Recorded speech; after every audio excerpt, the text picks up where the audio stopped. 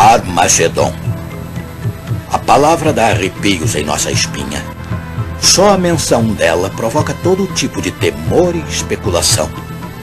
Alguém sabe realmente o que acontecerá durante a batalha do Armagedon? A Terceira Guerra Mundial, talvez?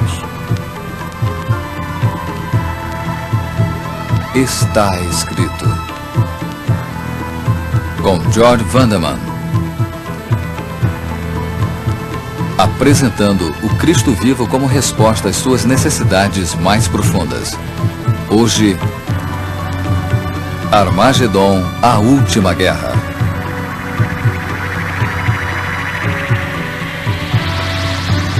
O que quer que seja de fato o Armagedon, parece que não estamos preparados para ele. Mesmo assim, vivemos obcecados para saber tudo o que pudermos sobre a última crise da Terra. Somente tal curiosidade pode explicar o sucesso de vendas do livro intitulado A Agonia do Planeta Terra. Vamos examinar o plano do Armagedon proposto pelo autor Hal Lindsey. Ele vê uma dramática sequência de eventos envolvendo conspiração, trapaças e guerra total entre as potências mundiais. Tudo começa 3 anos e meio após o arrebatamento, quando se supõe que o anticristo rompe o seu pacto com os judeus. Aí ele prossegue e interrompe os cultos no templo em Jerusalém e acaba com os sacrifícios de animais lá. Lindsey chama isso de abominação da desolação, o que causa uma grande tribulação e prepara o palco para o Armagedon. O próximo passo em direção do dia D à destruição acontece quando um exército árabe africano ataca Israel. Aí, de repente, os soviéticos traem os seus aliados árabes e lançam sua própria invasão do Oriente Médio. Os russos conseguem obter o controle de toda a área, segundo Lindsey. Aí a luta de fato recrudesce. O anticristo reúne rapidamente um grande exército da Confederação do Mercado Comum Europeu e da China Vermelha, com os Estados Unidos talvez unindo-se a eles. Esta poderosa hoste capacita o anticristo demolir a ocupação soviética de Israel. Lindsey diz que a aniquilação total dos exércitos árabe, africano e soviético deixará somente 2 potências para lutar pelo domínio do mundo. As forças combinadas da civilização ocidental, sob a liderança do ditador romano, esse é o anticristo, e as enormes hordas do Oriente, provavelmente unidas sob a máquina de guerra da China Vermelha. Finalmente, Lindsey prediz, estas 2 potências remanescentes lutarão entre si pelo controle do mundo. O campo de batalha será a planície de Meguido, no norte de Israel. No clímax desta guerra do Armagedon, Cristo voltará com os seus santos para destruir todos os pagãos e estabelecer o seu reino em Jerusalém para reinar sobre o mundo. Suspense e intriga de tirar o fôlego. Isto faz sentido para você? Bem, o que realmente importa é o que a Bíblia ensina sobre o Armagedon. Você não acha? Eu tenho várias dúvidas sinceras sobre o cenário em A Agonia do Planeta Terra. Para começar, não posso aceitar sua predição de que os Estados Unidos deixarão de ser o líder do Ocidente e provavelmente se tornarão, em algum sentido, parte da nova esfera europeia de poder. A profecia bíblica ensina o contrário. O livro de Apocalipse prediz um papel poderoso dos Estados Unidos na condução do mundo para a crise final da Terra. E tenho outras preocupações com a agonia do planeta Terra, algumas delas já abordadas nestes programas. Voltemos agora ao tópico de hoje, Armagedon, a última guerra. Nada me preocupa mais sobre os ensinos arrebatamentistas do que o do templo judeu em Jerusalém ser o centro do reavivamento espiritual. Lindsey diz, haverá uma reinstituição do culto judeu segundo a lei de Moisés, com sacrifícios e oblações. Mas diga-me, isto não seria competir com o Calvário e negar o sacrifício vicário de nosso Senhor Jesus Cristo? Você se lembra que quando Jesus morreu, o véu do templo se rasgou, simbolizando o fim dos cultos e sacrifícios no templo judeu? Restaurar esses sacrifícios de animais iria contradizer o que Cristo realizou como Cordeiro de Deus. E qualquer coisa que venha a competir com o sacrifício consumado de Cristo não é obra de Deus. Portanto, o que haveria de tão mal se o anticristo acabasse com esses sacrifícios profanos de animais? Ele estaria fazendo um favor à causa de Cristo. Creio que irá concordar em que estamos levantando importantes perguntas. Perguntas que dizem respeito a todos os que apreciam o Calvário como o único e completo sacrifício para o pecado. Lembre-se da profecia predizendo a obra de Cristo na cruz. Daniel 9:27. Ele fará cessar o sacrifício e a oferta. Os ensinos arrebatamentistas levam estas lindas palavras para longe de Cristo e as dão ao anticristo. Agora, eu não gosto de usar linguagem forte, assim, por favor, entenda que minha consciência me compele a dizer isto. Seria uma infelicidade tirar Jesus de Daniel 9:27 e colocá-lo com o anticristo. Isto ressuscita a mais questionável doutrina medieval da Contra-Reforma e mina por completo a verdadeira fé em Cristo. Ora, eu sei que os arrebatamentistas creem no sangue de Cristo para a salvação. Então, por que eles esperam e oram para que o templo de Jerusalém seja reconstruído, antecipando que sacrifícios de animais serão oferecidos em seu altar? Como eles podem considerar tal idolatria um reavivamento espiritual? Sabe, se o anticristo atacasse um templo judeu reconstruído e pusesse fim a seus blasfemos sacrifícios, seria uma bênção de desolação, não a abominação da desolação. Pense bem nisso. No ano de 1967, durante a Guerra dos 6 Dias, os israelenses recapturaram a velha Jerusalém. O general Moshe Dayan marchou até o Muro das Lamentações do Velho Templo e proclamou: retornamos aos nossos mais sagrados lugares, para nunca mais deixá-los. Eles retornaram a seus lugares sagrados, mas terão retornado ao seu Messias? Infelizmente não o fizeram. Eles ainda rejeitam o pacto da graça de Deus, assim como podem eles se considerar o povo escolhido de Deus. A Bíblia afirma claramente que, segundo Gálatas 3:29, somente: e se sois de Cristo, então sois descendência de Abraão, e herdeiros conforme a promessa. Esclarecidos estudiosos da Bíblia sabem que o Velho Testamento não está centralizado primariamente em Israel, mas sim no Messias. E o Novo Testamento nos aponta para longe de qualquer templo terreno e perto do santuário celeste, onde Jesus intercede por nós agora. Hebreus 8º capítulo, versículos 1 e 2. Ora, a suma do que temos dito é que temos um sumo sacerdote tal, que está assentado nos céus à destra do trono da majestade, ministro do santuário e do verdadeiro tabernáculo, o qual o Senhor fundou, e não o homem. Como vê, o templo está no céu agora. O Senhor o construiu, não o homem. Qualquer coisa que pudéssemos construir aqui seria um templo falso. E o que glorifica a obra do homem em construir esse templo falso deve ser um falso ensinamento. Nada poderia ser mais claro do que isto. A verdadeira profecia aponta para o alto, para o templo celeste na Nova Jerusalém, enquanto a falsa profecia aponta para baixo, para o templo terreno na Velha Jerusalém. Toda essa conversa sobre reconstruir o templo judeu aqui na terra, por acaso estaremos nos preparando para um falso Armagedon? Sabe, Jesus alertou sobre os falsos profetas com suas falsas predições relativas à sua vinda. Poderia toda a atenção colocada sobre Israel ser uma cortina de fumaça do inimigo para desviar os cristãos sinceros da verdadeira questão do Armagedon?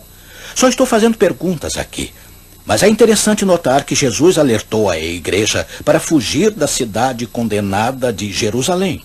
Faríamos bem em aceitar o seu conselho hoje, fugir das falsas profecias sobre Jerusalém. Bem, então o que a Bíblia quer dizer ao predizer a volta dos judeus para Jerusalém? A resposta vem facilmente quando fazemos mais uma pergunta. De onde sairá o povo de Deus quando retornar a Israel? Ele sairá da Babilônia. Aqui temos a chave para o entendimento da profecia bíblica do final dos tempos. A volta do povo de Deus para Jerusalém deve estar ligada ao alerta final de Apocalipse 18, 2 e 4. Caiu Caiu a grande Babilônia. Sai dela, povo meu. Portanto, quando os profetas do Velho Testamento falaram da volta para Jerusalém, eles se referiram ao povo de Deus cativo na Babilônia. Os exilados judeus tinham que sair da Babilônia para retornar a Jerusalém. Ora, o que significa para nós hoje sair da Babilônia? A cidade nem sequer existe mais. Visite a antiga cidade no Iraque, como eu fiz, e só irá encontrar ruínas. Portanto, a referência de Deus à moderna Babilônia não pode se aplicar a uma cidade literal. Existe alguma aplicação espiritual para a Babilônia hoje? Eis uma coisa interessante, algo muito importante. Os reformadores, todos eles, ensinaram que a Babilônia, no livro de Apocalipse, representa a cristandade caída, a igreja que abandonou a fé de seus fundadores do primeiro século. Estavam eles certos? A Babilônia representa uma cristandade corrompida que abandonou a verdade em troca de falsos ensinamentos? Temos que admitir com tristeza que muitas igrejas hoje perderam a fé profética dos reformadores. Muitos protestantes agora têm adotado as falsidades da Contra-Reforma, as quais seus próprios fundadores condenaram como a crença da Babilônia. Para nós, então, sair da Babilônia significa trocar tal falsidade em favor da verdade. Abandonar qualquer ideia de que o pacto da graça de Deus está sendo cumprido com a nação judaica fora do sangue de Jesus. Retornar a Jerusalém agora significa esperar pela fé, pela cidade cujo edificador é Deus. De acordo com Hebreus 11, essa cidade, é claro, é a Nova Jerusalém no céu. Note que o Senhor é o edificador dessa cidade celestial, não um inacreditável arquiteto judeu na velha Jerusalém. Nossa esperança está em Jerusalém, que agora existe, pois é escrava com seus filhos. Mas a Jerusalém que é de cima é livre, a qual é mãe de todos nós. Temos que procurar acima de nós a Nova Jerusalém, onde Jesus intercede como nosso sumo sacerdote no templo celeste. E dependemos apenas dele como nosso Salvador, nosso Senhor e nosso futuro Rei. Com isto tudo em mente, estamos preparados agora para entender a batalha do Armagedon. Somente uma vez a nossa Bíblia menciona a palavra no livro de Apocalipse. Ela se encontra no capítulo 16, versículos 14 e 16. Porque são espíritos de demônios que fazem prodígios, os quais vão ao encontro dos reis de todo o mundo para os congregar para a batalha naquele grande dia do Deus Todo-Poderoso. E os congregaram no lugar que em hebreu se chama Armagedon. Essa batalha naquele grande dia do Deus Todo-Poderoso é o conflito final da Terra. Mais do que forças humanas estarão lutando nos exércitos espirituais de Deus e Satanás. Eles pelejarão. O Armagedon será o clímax do grande conflito entre o bem e o mal. Mas onde será travada essa batalha? Bem, a história não oferece nenhum registro de qualquer lugar chamado Armagedon, mas a Bíblia nos dá algumas pistas. Nosso texto diz que a palavra Armagedon vem do hebreu. Nesse idioma, a palavra combina Har, que significa monte, e Magedon, que muitos conectam com Megido. Portanto, o nome Armagedon pode ser entendido como Monte de Megido. O Monte de Megido aqui é uma pista com a qual podemos trabalhar. Como vê na época do Velho Testamento, Megido era uma cidade-fortaleza pequena, mas importante, ao norte de Jerusalém, perto da planície de Esdraelon. E bem aqui atrás de mim estão as ruínas dessa cidade-fortaleza, Megido. Uma vez nas Escrituras, esta planície é chamada de planície de Megido. Pode parecer um local lógico para a guerra, mas aí devemos lembrar que o Armagedon envolve não uma planície, mas um monte. Temos que primeiro encontrar um monte de Megido. Um monte com algum significado espiritual para os exércitos celestes. Destacando-se acima da paisagem em Megido está o Monte Carmelo. Talvez o Monte Carmelo resolva nosso dilema. Ele representa o Monte Megido, o cenário do Armagedon. Aconteceu alguma coisa no Monte Carmelo que poderia nos ajudar a entender o Armagedon? Bem, há muito tempo aqui neste local, Monte Carmelo, onde estou sentado neste momento, Elias comandou um dramático duelo entre Deus e seus inimigos. O profeta Elias convocou a nação para comparecer neste monte. Ele os desafiou para julgar entre o culto falso e o verdadeiro. Ouça seu corajoso apelo. 1 Reis 18:21 o descreve. Até quando cocheareis entre dois pensamentos? Se o Senhor é Deus, segui-o. Se é Baal, segui-o. Deus conquistará uma grande vitória naquele dia no Monte Carmelo. Ele derrotou os inimigos de seu pacto e ele novamente os derrotará de uma vez por todas no Armagedon. De fato, o comentário internacional sobre o Novo Testamento explica H-A-R, Armagedon, é o simbolismo do destronamento final de todas as forças do mal pela força e poder de Deus. Deus emergirá vitorioso e levará consigo todos os que colocaram sua fé nele. Portanto, agora entendemos o Armagedon. É um duelo entre a verdade e o erro, a lealdade a Deus ou ao poder do mal. Enquanto houver, com certeza, batalhas devastadoras entre os exércitos da Terra, o tema dominante das Escrituras é que Armagedon é o centro absoluto de todo o conflito espiritual. E o Armagedon envolve todos os seres humanos pessoalmente. Para cada um de nós vem o desafio. Até quando cocheareis entre dois pensamentos? Nos afastaremos das falsidades da Babilônia e obedeceremos ao pacto da graça de Deus? Seremos entre os santos que guardam os mandamentos de Deus e a fé em Jesus? Sim, todos nós temos um papel a desempenhar no Armagedon. Se Deus vencerá os poderes do mal, nós também poderemos vencer. De fato, o Apocalipse nos assegura que os santos triunfalmente e entoavam o cântico de Moisés, servo de Deus, e o cântico do Cordeiro. O cântico de Moisés e do Cordeiro, qual seria ele? Bem, você se lembra como Deus livrou Moisés e os israelitas durante sua batalha com o faraó, durante seu Armagedon com sua tribulação e suas pragas. Nós também enfrentaremos tribulação durante a crise final da terra. Haverá sofrimentos de fato. Dizem as Escrituras, Daniel 12, versículo 1. E haverá um tempo de angústia, qual nunca houve, desde que houve nação até aquele tempo. Mas naquele tempo livrar-se-á o teu povo. Graças a Deus ele nos livrará, assim como salvou Moisés e os israelitas há muito tempo. Venceremos a tribulação final da terra através do sangue do Cordeiro. O sangue de Jesus Cristo na verga da porta de nosso coração. Imagine que emocionante será no céu estar diante do trono de Deus com os santos, aquela grande multidão que ninguém consegue contar, vestida de mantos brancos e segurando ramos de palma da vitória. Nós irromperemos em canto de júbilo. Ao nosso Deus e ao Cordeiro pertence a salvação. Eu quero cantar esse hino com Moisés e o Cordeiro. Você não quer? Valerá de fato o que for preciso para sair da Babilônia. O céu suprirá as nossas melhores expectativas. Pense naquele dia quando Jesus, Cristo, atravessará o céu do Ocidente. Medite sobre isso muitas vezes, que isso lhe dê algo por que viver.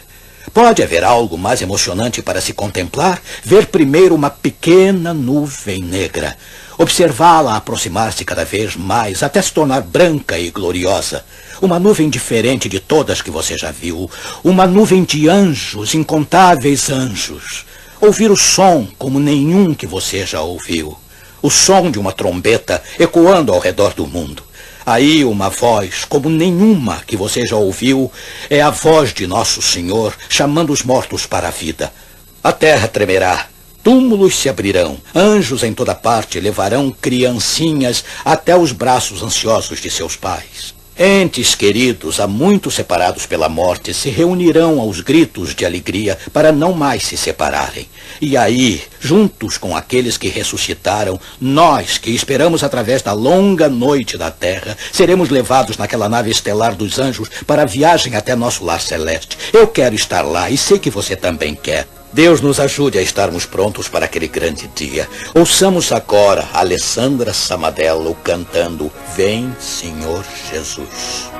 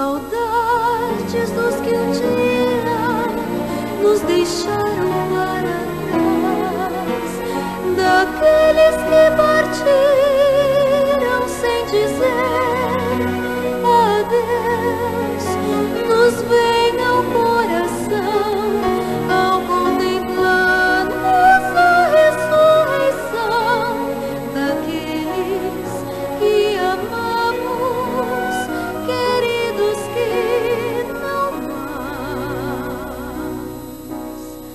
nos deixarão.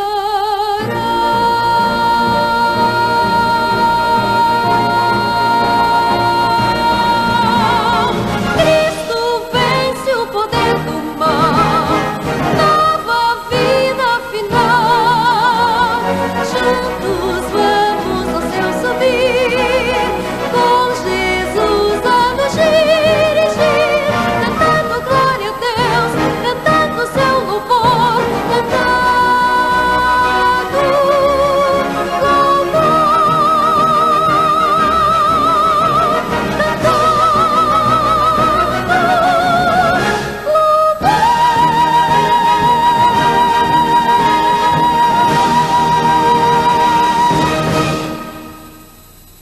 Obrigado, Alessandra.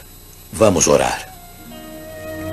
Querido Pai Celeste, obrigado por tua palavra e esta urgente mensagem sobre o nosso futuro.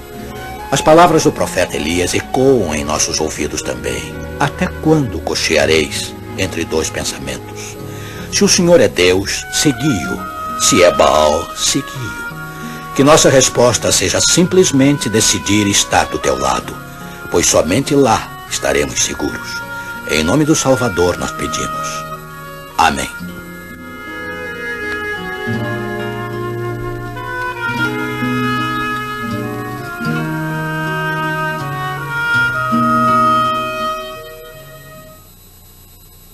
Temos o prazer de lhe oferecer um presente, uma série de estudos sobre a Bíblia.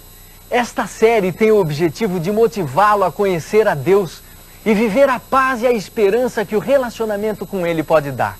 Esses estudos mostram com clareza as respostas para as mais importantes dúvidas como: por que Deus permite o sofrimento? Será que as profecias podem me fazer entender o mundo e a vida? Como posso ser feliz? Bem, estas e outras centenas de perguntas vitais têm resposta. Este curso é inteiramente grátis e foi preparado especialmente para você. O conteúdo deste e dos demais programas da série Armagedon, a Última Guerra, está disponível em um livro. Se você tem interesse nesse material, entre em contato conosco que o enviaremos a preço de custo. Escreva para Caixa Postal 1800, CEP 20.001-970, Rio de Janeiro. Se você preferir, ligue para 021-284-9090. Caixa Postal 1800, CEP 20.001-970, Rio de Janeiro, ou ligue para 021-284-9090.